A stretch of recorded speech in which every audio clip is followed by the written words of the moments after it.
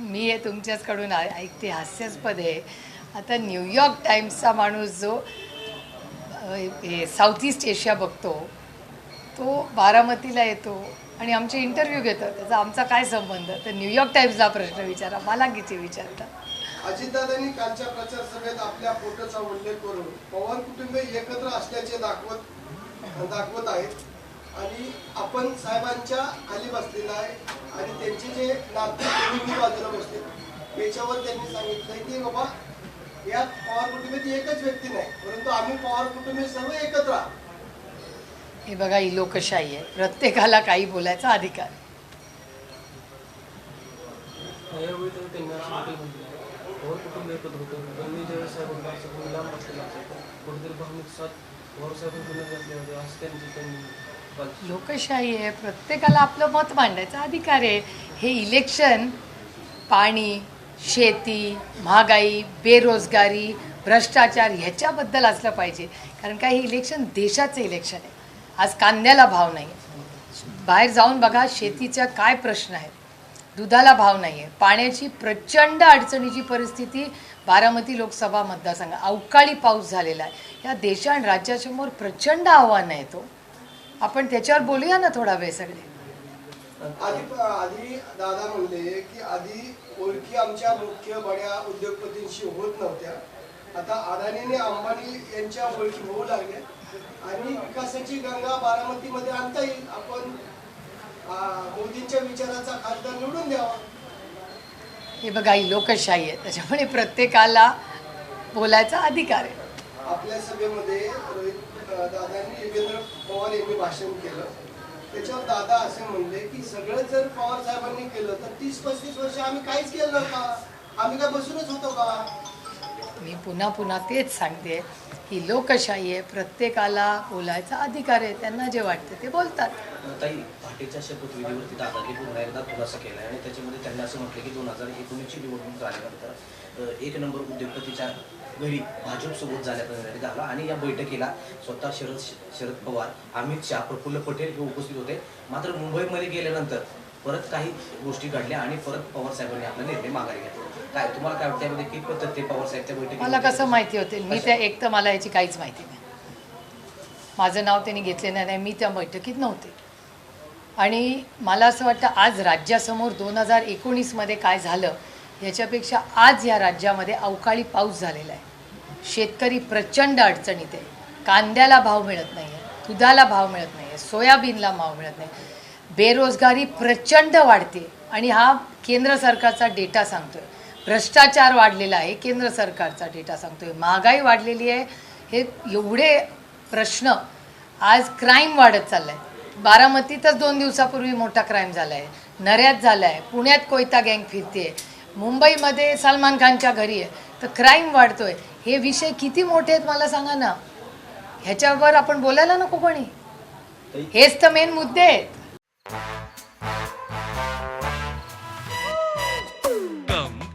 Come, my love, please don't say no, baby. Come, my love. V-Guard के air coolers extra large cooling pads के साथ जो अच्छों को ठंडा करे. V-Guard air coolers, long lasting cooling. Devendra Fadnavis असे म्हणाले की आम्ही शिवसेनेवर युती करणार होतो, आदित्यला साधं मंत्रीपद देखील मिळणार नव्हतं. मी असा त्यांना प्रस्ताव दिला होता की आदित्यला आपण सीएम करू आणि मी दिल्लीमध्ये जातो. मला कसं माहिती असेल त्यांच्या अंतर्गत चर्चेत काय झालं? काय दादांनी सभेमध्ये तुम्ही 19 तारखेची सभा झाली होती, त्यामध्ये मी तुमच्या कामाचं पुस्तक ठेवून टाकलं. तर ते दादांनी कालच्या भाषणात त्याचा देखील उल्लेख केला की या पुस्तकामध्ये बघितलं त्यामध्ये कामं मीच केलेलं आहे, हे कामं मीच केलेलं आहे असं देखील त्यांनी. बरोबर आहे ना, सगळा पक्ष एकच होता ना, सगळे एकत्रच होते. माझ्यावर केंद्राच्या स्कीमची जबाबदारी होती. ते पालकमंत्री, उपमुख्यमंत्री, फायनान्स मिनिस्टर प्लस तिकडे भरणे मामांचं काम आहे. आम्ही एकत्र भरणे मामांनी मी काम केलं, इथे रमेश आप्पांनी मी एकत्र काम केलं, तिथे संग्राम थोपटेंनी मी केलं, संजय जगतापांनी मी केलं, तिथे दत्ता धनकडे कॉर्पोरेशनमध्ये होते त्यांनी, विशाल तांबे, सचिन दोडके, नाना, की सगळ्यांनीच पक्ष एकच होता ना, सगळे एकत्रच काम करत होते.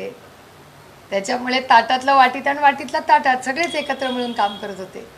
त्याच्यामुळे एक टीम होती ना ती काम करणारी. जिल्हा परिषदेवर एकत्र पक्ष होता त्याचीच सत्ता होती.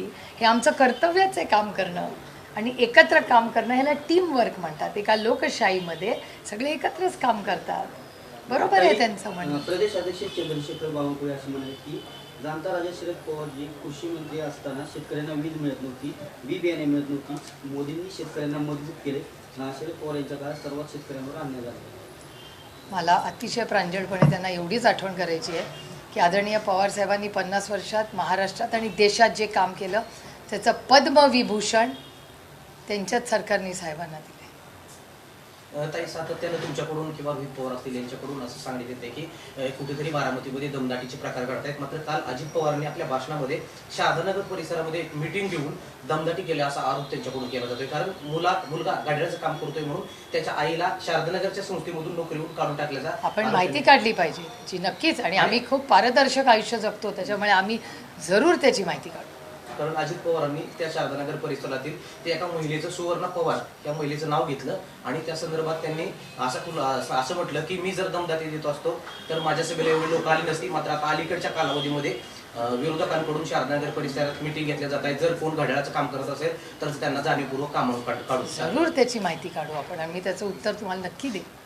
काही मंगलदास बांदल यांनी काल बारामतीत येऊन कनेरीमध्ये पवारसाहेबांवर टीका केली आणि त्याच्यानंतर रोहितदादा एका वृत्तवाहिनीला मुलाखत देताना असं म्हणाले की दादांच्या पहिले जी दादा होते दादा राहिले नाहीत, त्यांच्यात फार मोठा बदल झालेला आहे. जर एखादा व्यक्ती बारामतीत येऊन जर टीका करत असेल तर दादांनी पहिल्या 2 मिनिटांमध्ये त्याला सुनावलं असतं. त्यांच्यामध्ये खूप फरक झालेला आहे. अजित दादा, मी काय म्हणू, ह्या सगळ्या प्रश्नांची उत्तरं एकच आहेत. रामकृष्ण हरी, वाजवा तुतारी.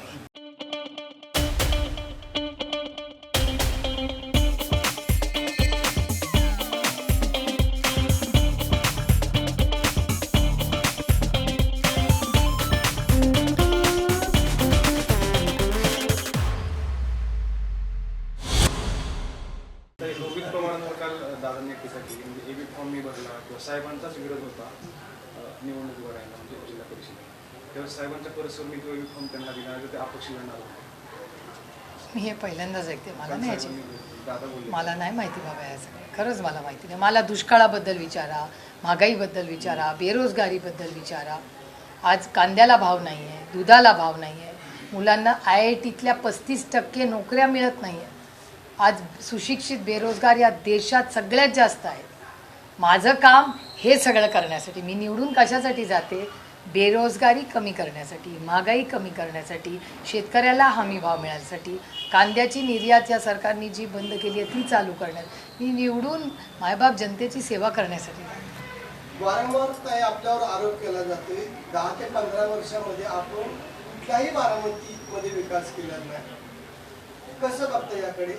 मी अतिशय प्रांजळपणे आधी आपल्याला सांगितलंय की माझ्या कामाचं पुस्तक हे मी त्यांना पाठवलेलं आहे. माझा विश्वास आहे की जर अर्धा एक तास, मराठीत आहे ते पुस्तक, जर त्यांनी एक अर्धा पाऊण तास बघून वाचलं ते, तर माझा तुम्ही सांगते मी तुम्हाला की ते नक्की ज्या दिवशी मतदान होईल त्या दिवशी माझं मेरिट पाहून मलाच मतदान करते. रोहित दादा असं म्हणाले की राष्ट्रवादीमध्ये आता 3 गट पडले आहेत. एक गट असा म्हणतो की आम्हाला पवार साहेबांबरोबर जायचंय.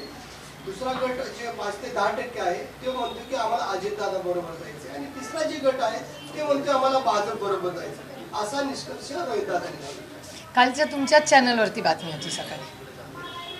हे सगळं कदाचित ते तुमच्या कुठल्या तरी चॅनलवर बघून, कारण का काल सकाळी मी कुठल्या तरी चॅनलवरही बातमी पाहिली. ताई, इंदापूरमध्ये एक सभा झाली, त्याच्यामध्ये भाजप कार्यकर्त्यांची प्रमुख बैठक होती. या बैठकीला अजित पवार सुद्धा उपस्थित होते. त्यावेळेस त्यांनी असं म्हटलं की मोदी साहेबांवरती टीका करून तुमचे प्रश्न सुटणार नाहीत. तर तुम्ही सातत्यानं त्यांच्यावरती टीका करत राहिला तर ते तुमचं काम करणार नाहीत, असा उपरोधिक सल्ला त्यांनी तुम्हाला दिला. तो माझा अनुभव तसा नाही आहे, अजिबातच नाही. एक तर मी वैयक्तिक कुणावरच टीका करत नाही, कधीच नाही. मी कधी कुणाचं नाव घेऊन कुठल्या मंत्र्यावर पण टीका करत नाही. 15 प्रधानमंत्रीचं सोडा. आणि माझ्या लोकसभा मतदारसंघात खूप कामं झाली आहेत.